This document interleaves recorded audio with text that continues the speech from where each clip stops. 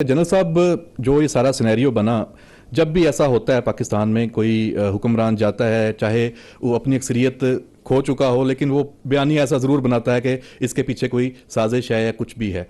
तो एक चीज़ें ये भी आई सोशल मीडिया पे भी, और इस तरह हुक्मरान जो सेटअप है उस तरफ से भी उस वक़्त का, कि जो स्टैब्लिशमेंट है, आर्मी चीफ खास तौर पे या उनके कोई नुमाइंदे, उनकी उस वक़्त की जो ओपोजिशन है उनकी लीडरशिप से कोई मुलाकातें पाकिस्तान में हुई हैं या लंदन में या ब्रसल्स में आर्मी चीफ की खुद या उनके किसी नुमाइंदे की, तो इस हवाले से क्या हकीकत है?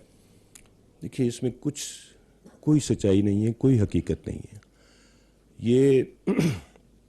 मैंने भी ये बातें सुनी, सोशल मीडिया पे काफ़ी ये बातचीत की गई। देखिए, आजकल एक्सक्यूज मी,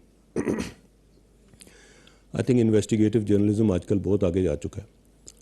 आपको किसी की ट्रैवल हिस्ट्री निकालना या किसी की कॉल का रिकॉर्ड लेना या इस तरह की चीज़ें कोई मुश्किल नहीं है। अगर किसी के पास इस तरह का कोई भी एविडेंस है तो ज़रूर सामने लेके आए। There were no such contacts.